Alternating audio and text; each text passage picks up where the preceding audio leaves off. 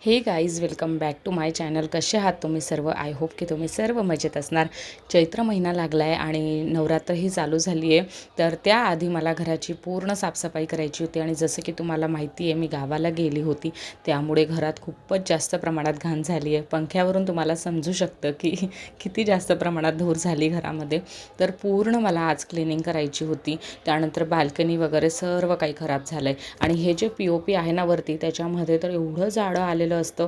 8 दिवसात मला ते काढावं लागतं. खूप तिथे जमा होतं आणि धूर येऊन पहिले तिथेच बसते. आमची तर बिल्डिंग एवढ्या आतमध्ये, तरी माहीत नाही धूर कशी येते. पण ते क्लीन करत करत मला नाकेनऊ येतं. फ्रीजवरही तशीच धूर असते, कारण खिडकीजवळ माझं फ्रीज आहे आणि तिथे सर्वात आधी धूर तिथे येऊन बसते. तर मला फ्रीज तर 2-3 दिवसात त्याला क्लीन करावं लागतं वरतून.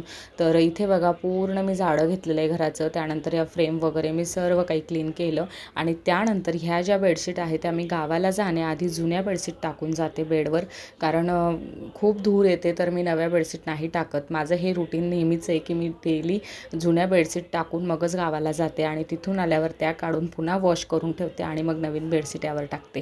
तर बेड मी साईडला सरकवून पूर्ण त्याच्या मागूनही क्लीन करते. हा जो मोठा बेड आहे तो माझ्याने सरकत नाही.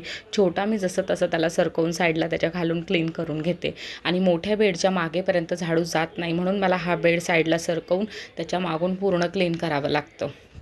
आणि त्यानंतर इथे बाबू आलेला होता, परेशान करत होता. आता हल्ली तर एवढा त्रास देतो ना की खूप परेशान करतो. त्याला बेचैनी होते. त्याला एकच आहे की बाहेर खेळायला जायचं, पण ऊन एवढं होतं आहे ना आणि आता सध्या त्याला समजायला लागले सर्व.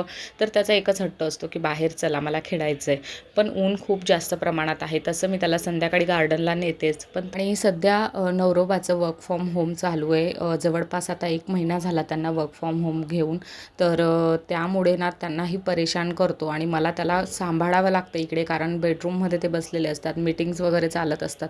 मग त्यामध्ये तो डिस्टर्ब करतो. तर मला त्याला एवढं सांभाळावं लागतं. कंटिन्यू त्याला घेऊन घेऊन मी कामं करत असते. आता इथे मी त्याला मोबाईल दिला आहे बघायला, तोपर्यंत मी बाल्कनी क्लीन करते. नाहीतर इथेही आलाच असता. त्याला पाणी खूप आवडतं. तर इथे बघा, मी बाल्कनीतला जोही सामान होता तो सर्व बाहेर काढला आणि पूर्ण बाल्कनी मी अशी वॉश करून काढली. आता मी तिला फक्त पोछाही घेतला ना दररोज, तर ती आरामात 15-20 दिवस मस्त राहते. 15-20 दिवसांनी मी परत तिला असं पाणी टाकून धुवून काढते. नंतर पूर्ण सामान मी तिथे सेट करून ठेवला आणि आता मी आली बेडरूममध्ये. आणि बेडरूम तुम्ही बघू शकतात किती अस्ताव्यस्त झाला आहे. यातलं तरी बरंचसं आवरलं मी. गावाहून आलेल्या बॅग्स ज्या होत्या त्याही खाली करून ठेवल्या. आता हे मेकअप माझं सेट करून ठेवते. ते असंच मी कप्बर्डमध्ये ठेवलं आहे, पूर्ण सेट नाही करत आहे. पण जे बाहेर होतं ते मी आतमध्ये ठेवते आणि हा बेडही पूर्ण क्लीन करेल मी. बस याची बेडशीट मी चेंज नाही करणार, कारण ही ऑलरेडी मी चेंज केलेली आहे आणि जास्तही खराब नाही होत, बिकॉज आम्ही तिकडचेच बेड यूज करतो, हे नाही करत जास्त. तर दुपारी इथे झोपलो तर फक्त बाबू आणि मी, आम्ही दोघं झोपतो. तर त्यामुळे ही बेडशीट जास्त खराब होत नाही. पण जे दुसरे 2 बेड आहेत त्यांची बेडशीट मला 2 दिवसात क्लीन करावी लागते, कारण पिल्लू जे आहे ते बऱ्याचशा प्रमाणात खराब करत असतं. कुठलेही हात तिथे लावत असतो, त्याच्यावर मस्ती करत असतो, ते खूप खराब होतं. आणि तर इथे बघा, जवळपास बेडरूम माझा क्लीन झाला आणि जेव्हा एवढं डीपली क्लिनिंग होतं ना, तेव्हा एवढं छान झोप लागते, एकदम सुखामध्ये झोप लागते. हा व्हिडिओ जोपर्यंत तुम्हाला पोहोचेल तोपर्यंत नवरात्र येऊन जाईल, गुढीपाडवाही होऊन जाईल आणि जो गुढीपाडवाचा व्लॉग आहे तो मी तुम्हाला या व्लॉगच्या नंतर येईल आणि त्यानंतर एक रेसिपी शेअर करेल. प्लॅनिंग माझं झालेलं आहे, कसं शेअर करायचं काय ते मी करेलच तुमच्यासोबत. दुपारची वेळ होती, बाबूला झोपवून मी इकडे आली होती. बेडरूम पूर्ण क्लीन झाला. त्यानंतर ही एक बॅग खाली करण्याची राहिली होती, ती बस मी आता खाली करतच होती. तेवढ्यात तो आला उठून माझ्याजवळ.